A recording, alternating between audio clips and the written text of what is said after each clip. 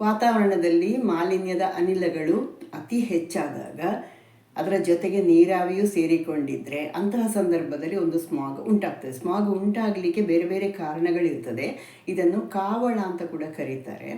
ಕೆಲವು ಸ್ಮಾಗ್ ಉಂಟಾದಾಗ ಅಂದರೆ ಇಲ್ಲಿ ನೀರಾವಿಯೂ ಅದಕ್ಕೆ ಕಾರಣ ಆಗಿರ್ತದೆ, ವಾತಾವರಣದಲ್ಲಿರುವಂತಹ ನೀರಾವಿ ಕಾರಣ ಆಗಿರ್ತದೆ, ಅದರ ಜೊತೆಗೆ ಎಲ್ಲ ಅನಿಲಗಳು ಕೂಡ ಅದಕ್ಕೆ ಕಾರಣ ಆಗಿರ್ತದೆ. ಇದರ ಬಗ್ಗೆ ನಾನು ಹೆಚ್ಚಿನ ವಿವರಣೆಯನ್ನು ನನ್ನ ಹಸಿರು ಮನೆ ಪರಿಣಾಮ ಪಾಠದಲ್ಲಿ ಹಾಕಿದ್ದೇನೆ. ಇಂತಹ ಸಂದರ್ಭದಲ್ಲಿ ಯಾವ ರೋಗಗಳು ಬರ್ಬೋದು ಅಂತ ಕೇಳಿದರೆ ಅಲ್ಲಿ ಕೆಮ್ಮು, ಬ್ರಾಂಕೈಟಿಸು ಅಥವಾ ಶರೀರದ ಒಳಗಿನ ಅಸ್ತಮ ಇರ್ಬೋದು, ಅದೆಲ್ಲ ಜೋರಾಗ್ತದೆ, ಸಾವಿಗೆ ಕಾರಣ ಆಗ್ಬೋದು. ಅದರ ಜೊತೆಗೆ ರಿಕೆಟ್ಸು ಕೂಡ ಬರ್ತದೆ. ಹಾಗಾಗಿ ಅದರ ಆಪ್ಷನ್ ಅಲ್ಲಿ ಇದ್ದರೆ ಅದಕ್ಕೂ ಕೂಡ ನೀವು ಆನ್ಸರ್ ಸರಿ ಹಾಕಬೇಕಾಗ್ತದೆ.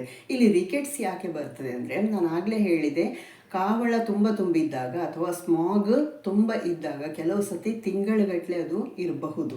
ಅಂತಹ ಸಂದರ್ಭಗಳಲ್ಲಿ ಮಕ್ಕಳಿಗೆ ಸೂರ್ಯನ ಬೆಳಕಿನ ಪ್ರಮಾಣ ಕಡಿಮೆ ಆದಾಗ ಅವರ ಮೇಲೆ ಅದರಲ್ಲಿ ಬೇರೆ ಬೇರೆ ಹಂತದ ರಿಕೆಟ್ಸ್ ಕಂಡು ಬಂದಿದೆ. ಹಾಗಾಗಿ ರಿಕೆಟ್ಸು ಕೂಡ ಸರಿಯಾದ ಉತ್ತರವೇ ಆಗಿರ್ತದೆ.